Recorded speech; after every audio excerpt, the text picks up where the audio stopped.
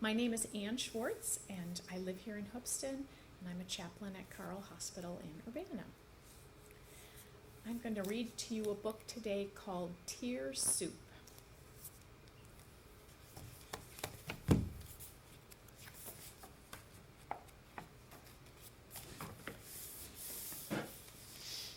This one's harder to show pictures. There once was an old and somewhat wise woman whom everyone called Grandi.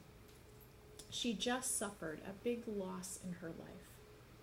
Pops, her husband, suffered the same loss, but in his own way. This is the story of how Grandi faced her loss by setting out to make tear soup. For many years, the custom of making tear soup had been forgotten. As people's lives became more rushed, they found it much easier to pull soup in a can from the shelf and heat it on the stove. But several years ago, Grandi got a taste of a well-seasoned tear soup.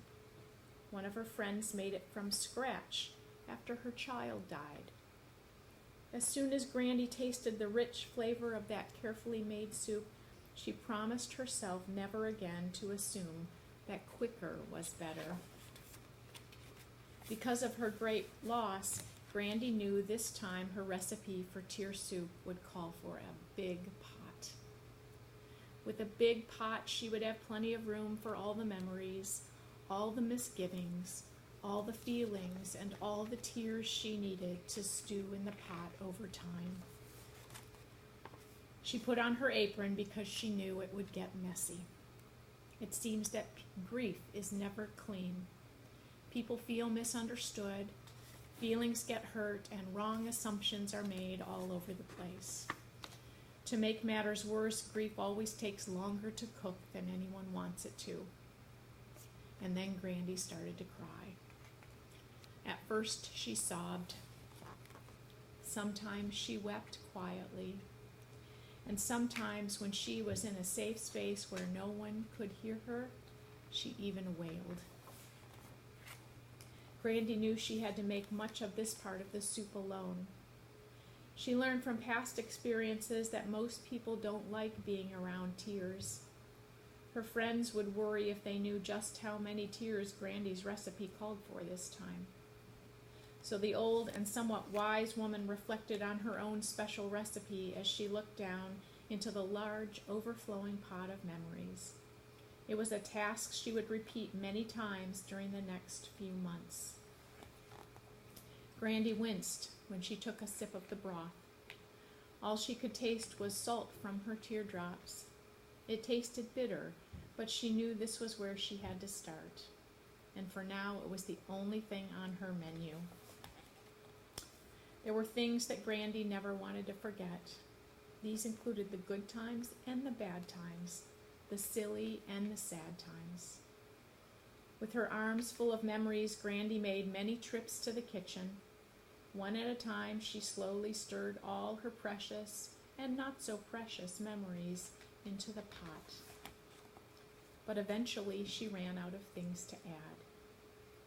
Grandi's arms ached, and she felt stone cold and empty. There were no words that could describe the pain she was feeling.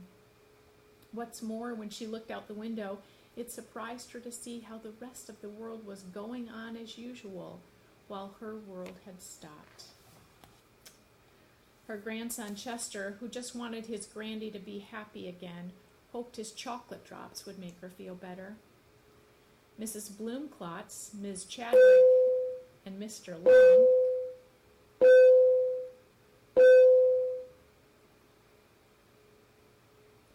Her grandson Chester, who just wanted his Grandi to feel happy again, hoped his chocolate drops would make her feel better.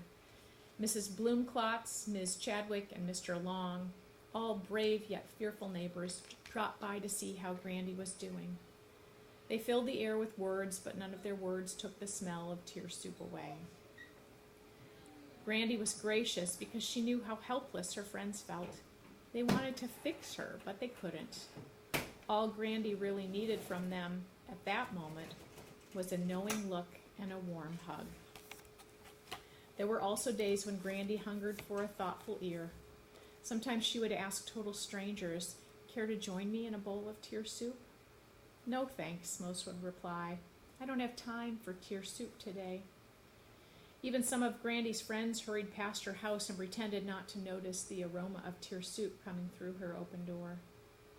Brandy found that most people can tolerate only a cup of someone else's tear soup.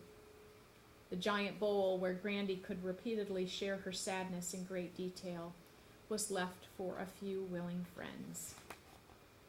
"I'm here," Midge cried. "I got here as fast as I could, and I'll be here whenever you need me. What a tragedy. I'm so sorry you're having to make such a big pot of soup." Oh, what a relief. Grandi knew she didn't have to be careful what she said around Midge. Midge wouldn't try to talk her out of anything she was feeling, and Grandi could even laugh and not worry that Midge would assume Grandi was over her grief. "Sorry I couldn't get here sooner," said Midge. "No problem," replied Grandi. "I've had plenty of help, but most of these friends will be history pretty soon. They'll be over my tragedy long before I am, but I know you're still around." "I don't know what to say, but I'd be glad to listen," Midge said. "Come on, tell me all about it while we make some bread to go along with your soup." These two friends, who had shared 1,000 laughs and just as many tears, pounded at that bread dough together. "I feel like I'm unraveling," Grandi cried. "I'm mad, I'm confused, I can't make any decisions. Nobody can make me feel good. I'm a mess. I just didn't realize it would be this hard." "Why don't we go for a walk while we wait for the bread to rise?" Midge suggested. "I know exercise is supposed to help me, but I feel like I have concrete blocks strapped to my legs. We better not go too far or you'll have to carry me home," moaned Grandi. Mrs. Cries-a-Lot called and reminded Grandi that she'd been making tear soup for years now and would be more than glad to come right over and show her how to make it the correct way. "Thanks, but no," said Grandi. "This pot has my name on it." Grandi knew better than to let Mrs. Cries-a-Lot or anyone else tell her what she should do to get through this terrible loss. Next, her recipe called for some comfort food. For Grandi, this meant mashed potatoes or ice cream. Comfort food always makes you feel better, at least for a little while. It gets past that big lump in your throat when other foods can't. I think it needs some chocolate too. After all, it was her soup. Grandi kept attending worship even though she was mad at God. Sometimes she yelled at God and asked why this happened, and sometimes she demanded to know where God was when she was feeling so alone. Still, Grandi trusted God, but she didn't understand God. She sensed that people believed that if she really had faith, she would be spared deep sorrow, anger, and loneliness. Grandi kept reminding herself to be grateful for all the emotions that God had given her. On some afternoons, people would ask questions like, "Is it soup yet?" Or "How long is it going to take? You've been at this for over a month now. It's time to get out of the kitchen." Grandi fumed at the caller's advice. Grandi looked forward to getting the mail each day. She dreaded the day when no more sympathy cards would come. When she was alone and needed to think, she found it helpful to keep notes on her soup making. Thank goodness Grandi and Pops had been married a long time. They already knew each other's tear soup would be different. Secretly, Grandi wished Pops would put more flavoring in his soup, but he doesn't want to, and he's perfectly content to dine alone and sip his own soup. Making tear soup is hard work. Sometimes it was all she could think about. Even the things Grandi used to love to do, she didn't have the energy for, nor did she care about.